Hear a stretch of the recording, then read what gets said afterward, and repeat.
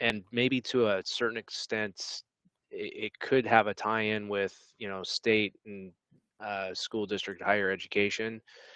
Um, so NRS 278 160 has really the requirements of what goes into a comprehensive master plan, and the planning commission of the local governing body is the entity that is required to adopt it. And there's certain requirements based on population thresholds. And right now, you know, only the largest uh, only the largest cities and counties really have that requirement, but it is something that is optional for the smaller entities, and those do exist out there in various forms. But because of that, those population thresholds, I'd say that there's an opportunity right there to actually make a link to get some of those entities in.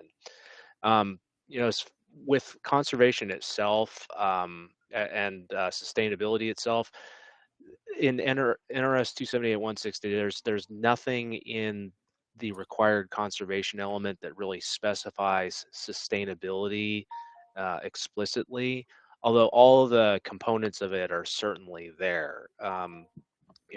Essentially, there has to be a plan for natural resources, which includes without limit, water use, water supply, energy, agriculture, rivers, natural resources, minerals, soils.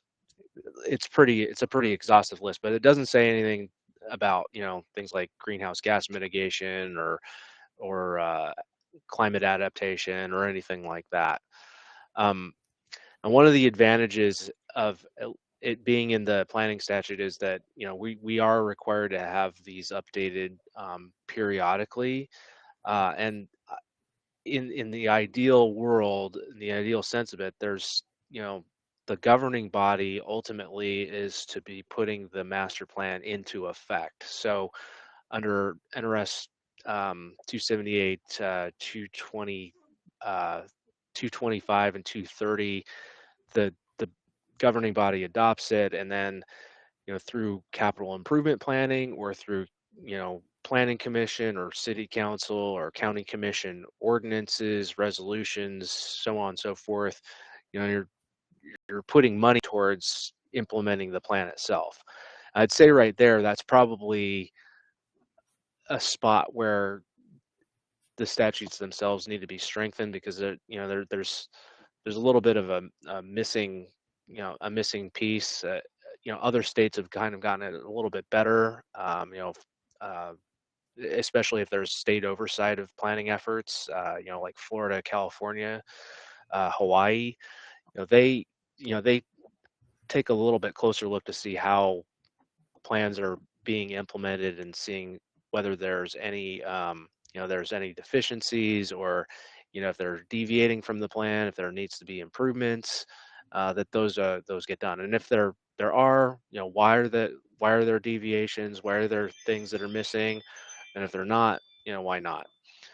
So I think from that standpoint, we've all the large local governments, I'd say, in the last 10 years have done updates, or they've done standalone plans. Clark County most recently, City of Las Vegas, late last year, um, City of Henderson in 2017, City of Reno in 2017. North Las Vegas has not done one in a while. Boulder City, Sparks haven't done one. But they're all things that are required either through general law or through through our city charters, or we have to be on top of it, and updating it and putting it into effect. And I'd say if there's for anything on the regulatory side that needed to change, there could certainly be some things that get put in there related to some of the sustainability things that we've done voluntarily, but aren't necessarily required to do. Um, the other some of those other agencies on there, at the state level or on school districts, I'm not aware of such a requirement. I'm not aware of anything for NSHE either. Although, those have certainly been, standalone initiatives that I know UNR and UNLV have all engaged in at certain points.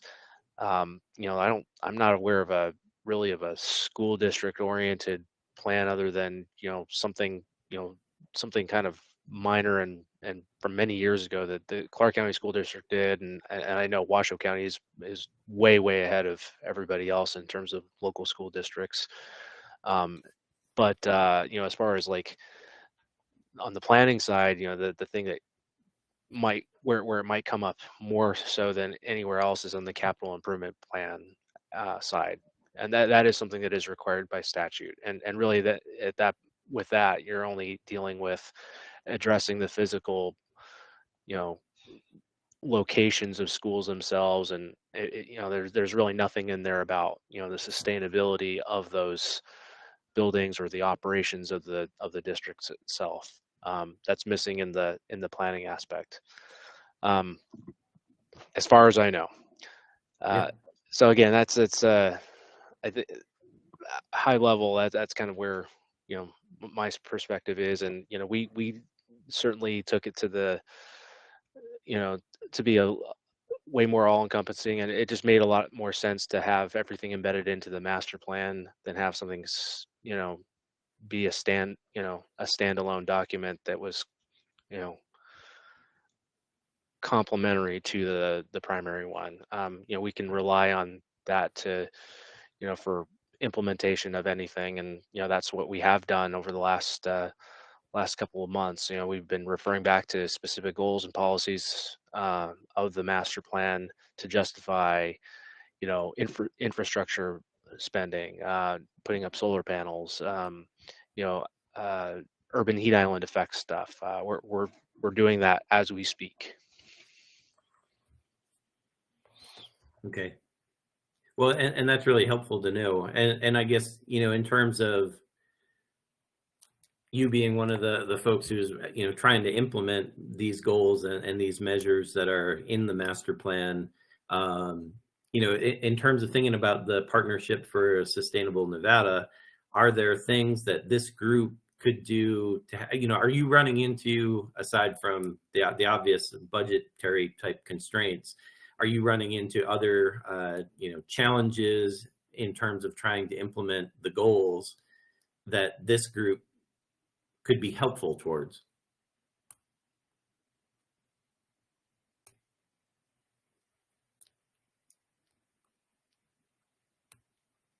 Still there, Marco? Yeah, I'm thinking of a little bit. So far, not quite yet because it's so new. Okay. Some of it I think is, um, because there's this idea that the plan can be a basis for the expenditure of funding related to the elements of the plan. That's the thing I'm not sure how that connects. Right now, I mean, we've been able to tie you know resolutions and policies and grant funding requests together, but I don't know how that's necessarily going to translate. And our experience is probably going to be different from everyone else's. I mean, everyone else, I'd be curious to see how they use planning. I kind of have had the impression that the northern entities, those that are associated with Tahoe in any way, they tend to be way more stringent and have way more success on the planning aspect than the Southern Nevada entities have. With some exceptions like Henderson and us, there's been way more deference to, um, you know, as things come up, we'll just go with what's being told to us rather than relying heavily on the plan itself. And then I guess the other thing is, we have different agencies that do different things. We have, we don't have direct control over, transportation. RTCs do that in this state, and RTC Washoe and RTC of Southern Nevada, they plan the roadway network and they operate the transit system. If there's anything we wanted to do specifically with like, reducing vehicle miles traveled or greenhouse gas emissions from the transportation sector, we're kind of dependent upon the RTCs to, to help us out on that. Right. Um, there has been a willingness with the RTC here to do that. And, I know that the same can be said in, with RTC Washoe, but everybody else, hard to say. It kind of all boils down to who the local entity is, and a lot of that, it's just going to depend on who's running the show, whether it's at the city manager's office level or from you know the mayor and city council or the county commission.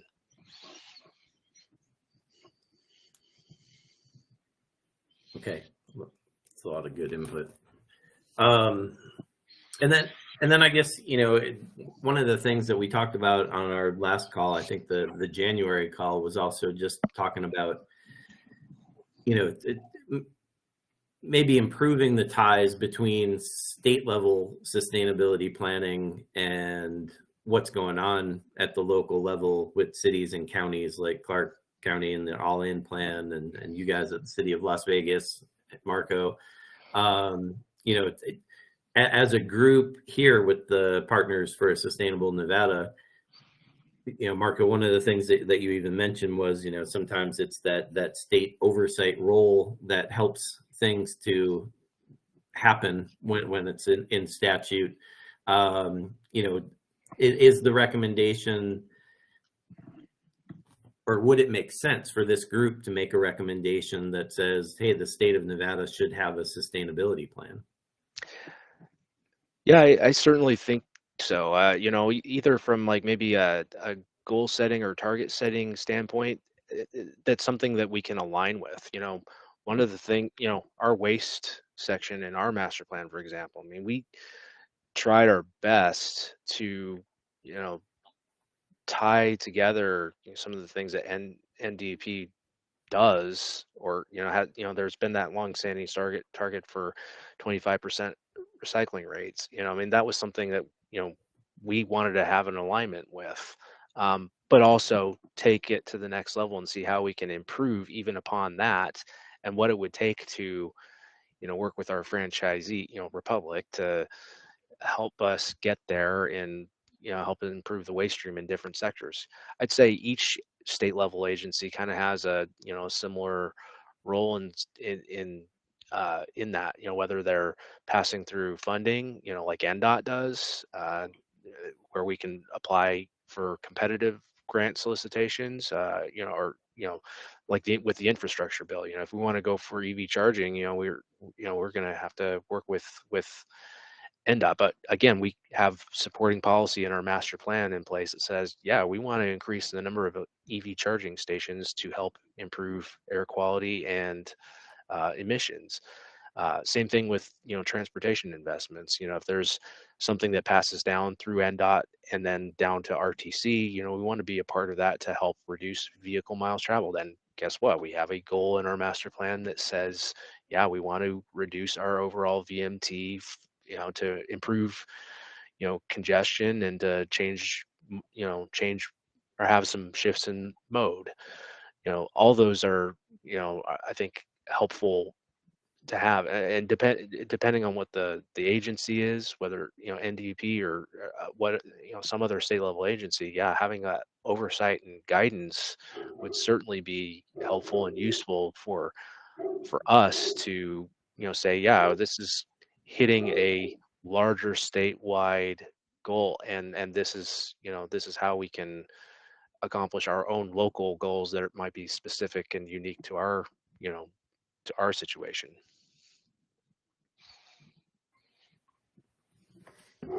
Okay, yeah, and I would imagine that if you wanted to have a state level sustainability plan, perhaps it's NDEP that leads that effort, but you really want to have something that involves the other state agencies. You hit the nail on the head with NDOT, but there are others too that you would want to have involved in any kind of effort like that. Yep.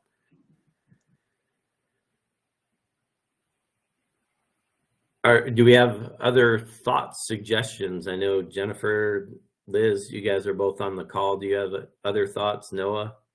And I know those of you from NDEP sometimes are on just for support, but if you have input, please give your input too.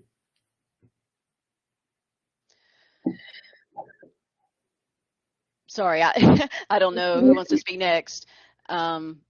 I will, this is Jennifer. I'll go ahead and put my 2 cents in here. Sure. For NSHE, we are very much, let's see, our priorities, we can set priorities internally, but for something like this, we would need a state mandate almost, I think.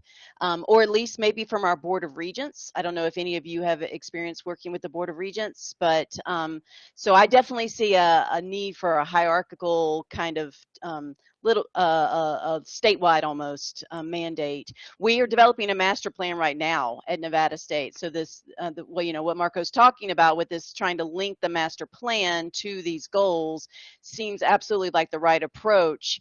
And yet I know our institution has not aligned those yet. They have not aligned the master plan with thinking about also going back and thinking about our sustainability goals. So we need some, I think I've said this in another meeting, NSHE groups might need some help, some workshopping, some, you know, kind of hands-on help.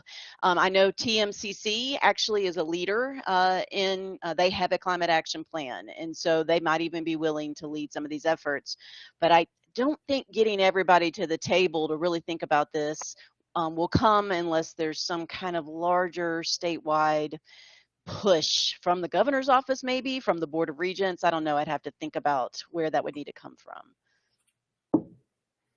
Okay. All right. And that's good input, you know, and I'm at UNR. And so, you know, I know our sustainability plan hasn't been updated since 2009. And I don't think that there's been an active group with implementing it since then either, that it kind of all fell apart during the recession and never made it back. And so, you know, right now the UNR president is going through a strategic planning process. And I think that the issue is bubbling back up again, but it's not necessarily one that's in any plan yet. So yeah, I tend to agree with you that, you know, probably the Board of Regents, if there's going to be a real push across all of the institutions in NSHE, it would need to come from there. Oh, go ahead, Darren. Darren.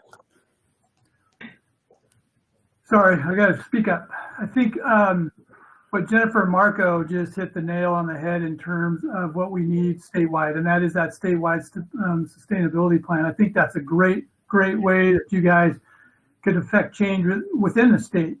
Because right now, if you think about it, we are doing a lot of efforts, you know, both locally at the state level that address the outskirts of sustainability, but really never get into the details.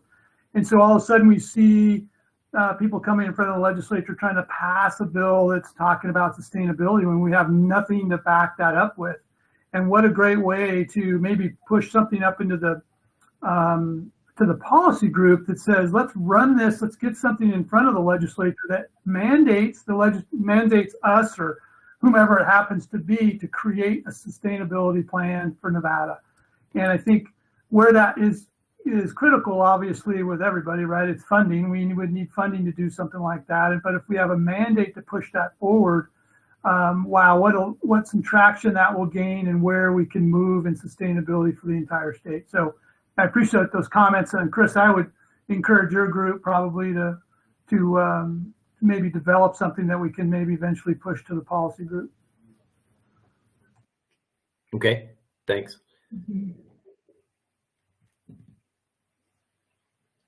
Are there other thoughts out there on this?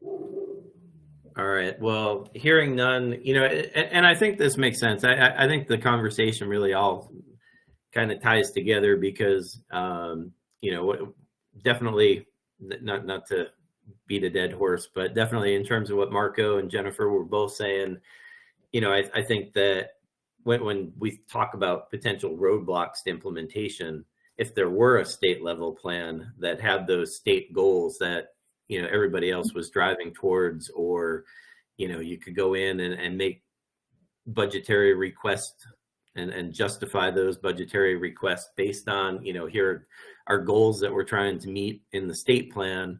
You know, that would really be helpful. So I think probably, you know, having that state level plan would be something that could be a big win sort of recommendation to come out of this working group overall and out of this objective. I'm wondering, you know, and I'd like to hear people's thoughts about this, because it seems like, you know, one of the big things that we've identified here is that there are sustainability plans out there, and you know, there are a lot of institutions with them, a lot of people who've put time and work into creating them. I wonder if a helpful exercise would be, when we're looking at, you know, a statewide plan, would be to see, you know, which organizations have them specifically and where those similarities specifically exist within those plans. And, you know, since if we see any like pretty specific similarities, those are ones that, you know, both we know are important, we know that have been discussed in their individual organizations and agreed upon, that we could say, you know, hey, you already all have thought that this was an important one to include and create an initiative for. So, you know, this is one that we could push for everyone to include. Yeah, I do like that idea, Noah. You know, climate action plans are not a new thing. This is, you know, we're not inventing something novel here. I feel like, you know, what the heck that Nevada isn't already doing this. But so it's kind of becomes like a public, it's not shaming, that's not the word I want to use, but, you know, like, let's hold up the people that are doing awesome, like make it competitive almost, you know. And I agree, just for the purposes of moving forward, we look for those commonalities, but maybe just highlighting who's done this work already, who's really the leaders in our state, who are the leaders in our states for this, would be a nice start, because sometimes people just respond to public recognition. And, you know, the fact that TMCC doesn't get enough credit down here in Southern Nevada for being the leading institution, and NCHI for being at an institutional level moving sustainability forward, you know, needs to be held up even more. So it might be not a ton of effort for a bigger payoff on a kind of a public appreciation and public visibility level. Yep. Yeah, I think those are great ideas, Noah and Jennifer. You know, I think we saw it, you know, probably what, 8 to 10 years ago, and when the city of Las Vegas went ahead for the stars rating for the city, and that really prompted the city of Reno to do it, and it's prompted Henderson to do it. And so, you know, getting that sort of thing going between organizations can be helpful. That's something we can also definitely make sure that the education outreach group is aware of and keeping in mind as they're doing, you know, some of the website redevelopment and anything else that is being promoted to the public. So yeah, I think that's a great idea. You know, and I think one of the things that I saw with the Clark County all-in plan is that, you know, in terms of their focus, they're focusing first on their own internal operations to make those internal operations more sustainable. So they're kind of, you know, trying to start with what they can control the best and the easiest. And so, you know, maybe that's something that other localities or school districts, you know, I guess more localities, but maybe some of the other localities in the state haven't necessarily started with operations, and maybe that's a good lesson to share with the others, kind of thing. So yeah, Noah, back to your point, I think that's part of the analysis on those plans, and kind of, you know, what each one looks like and how people are going about that initial implementation. And then also, you know, it by doing all of this, it creates sort of the resources that are out there and available for places that haven't done a plan yet but are thinking about it, and they can look at some of their other organizations in the state, other localities, and borrow ideas and get started that way.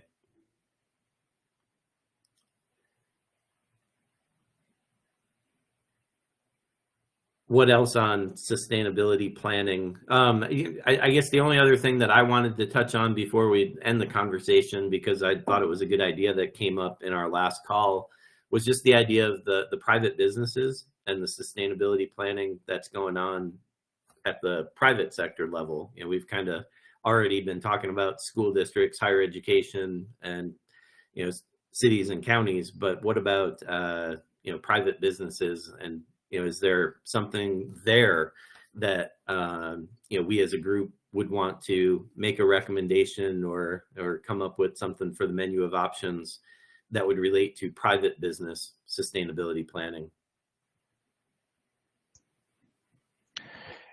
Yeah, I think there's a humongous missing middle, let alone something for small businesses. If you're a large company, like the MGMs, the Caesars, even the national chains, retail chains of the world, that there's already an embedded sustainability effort that's likely underway in many of those cases, but I don't think that exists in the small sector, in the small business case.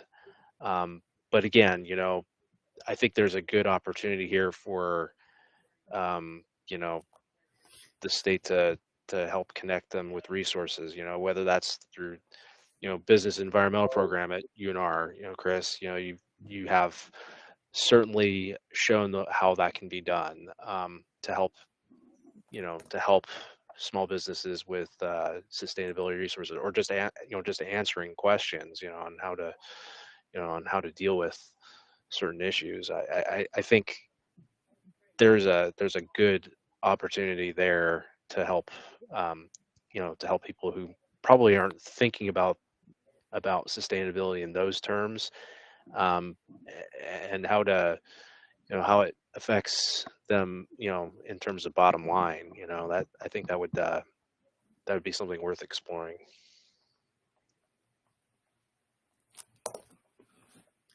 Well, thanks for the input. Thanks for the plug too. Let's see. And I guess, the other thing is and maybe this is more towards those larger type businesses, but maybe you have different categories. So I came here from Pennsylvania, and in Pennsylvania there was an annual Governor's Awards for Environmental Excellence that was given out. Is there something?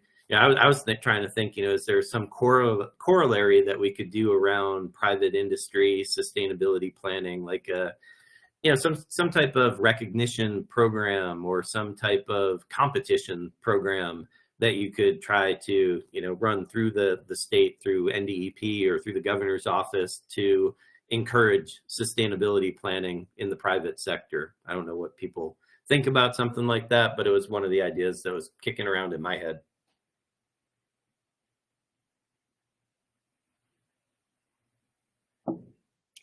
So it's certainly an option. I bet make sure you include it in the menu of options. I love the idea. Yeah, I mean, Yep. Did that ever go through, or it be a collaboration with the Chamber of Commerce in Pennsylvania? Like, how does that work? Like, does the Chamber of Commerce have a way to kind of help with that effort of recognition and getting people excited about those efforts? Yeah, thanks for the question. I think that they advertised and marketed the program through the chambers as well as other organizations, but in terms of sort of setting it up and judging and things like that, I don't know that the chamber was really all that involved with the state.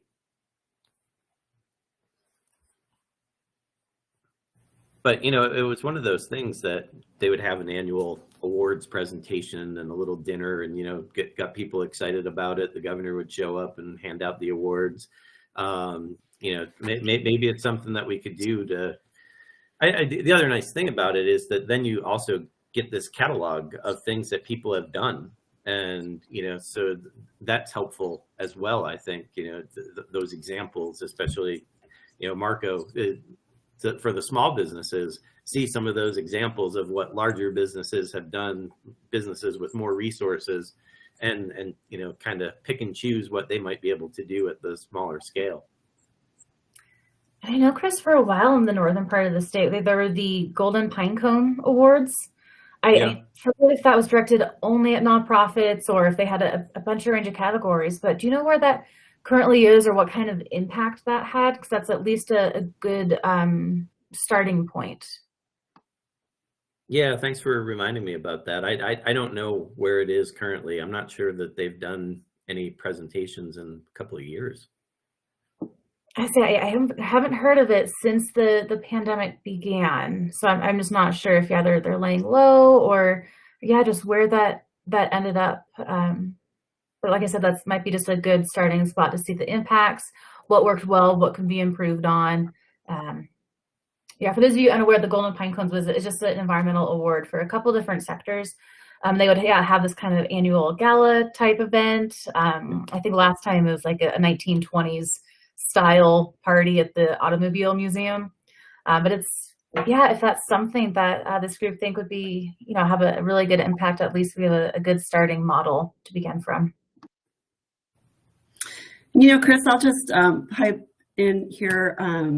When I was in Illinois, we did the same thing, and I'm sure you're aware of Illinois' Sustainability Awards. I think they have since stopped it, but it was a statewide outreach, and it was run through the Illinois Sustainable Technology Center, which was very similar to our organization. But we had a wide variety of sustainability awards given to small businesses, to larger businesses. So it was really an outreach effort on our part. And then we showcase those organizations. They would present at an award ceremony around a greater event that included technical symposiums and panel speakers. I mean, we had United Airlines was there, General Motors came in and spoke about their sustainability planning. But then, we'd have these little small businesses who did just phenomenal work, and ISTC really vetted them. So if they said that they were doing, lowering their GHGs year over year, we had an audit system in place that would actually ensure that was the case. But it all started with people's sustainability planning, and there was support from that university, which was University of Illinois. Okay, yeah, that could be a good template, good model. Yeah. How is that funded, Elizabeth? Where'd the funding come from? From your group or? Yeah, I think, I wasn't in that part of the business, but the funding was through the university, I believe. I don't know, Chris, are you familiar with that? I mean, I could find that out, but so we just set up the awards. We didn't really, we would prompt businesses to, okay, you need to answer all these questions. And so, yeah, we had it set up, but they ran those awards for years. So.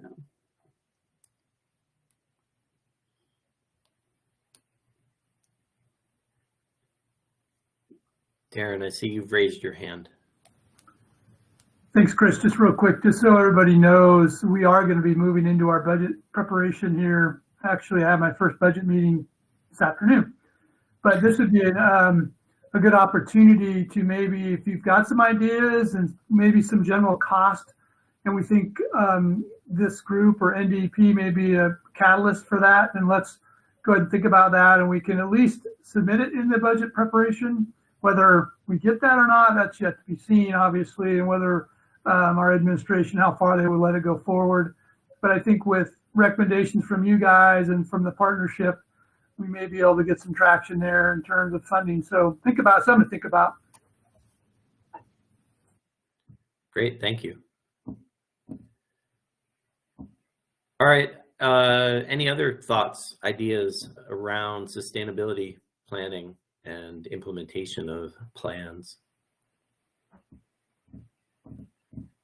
If not, if you were on the previous call, I'm going to sound like a broken record, but the plan is to, kind of clean up what's on the screen that's being shared right now and send it out to the group, the full group. There were more people who indicated an interest in participating in this subgroup than are actually on the call. So, we'll share it with everybody and request input. We'll be requesting input fairly short time frame over the next week, and then that will help us stay on the goal of having the drafts done by the middle of the month and getting everything kind of finalized and fine-tuned in terms of the menu of options by the summit at the end of this month, or I'm sorry, the end of next month. We're not in March yet. So anyway, that's sort of the plan forward. So be on the lookout for emails. Unless something comes up that folks see a strong need to meet again, we'll probably just go with communicating by email. Does that sound good with everybody? All right. Well, thanks. I appreciate everybody being on the call. I appreciate all the input that everybody's given from sort of your own, individual perspectives. I think it's really helpful and will help us come up with a good few menu of options that the sustainability working group can put forward related to sustainability plans. So thanks, everybody. Keep an eye out on your emails and talk to you again soon. Thank you.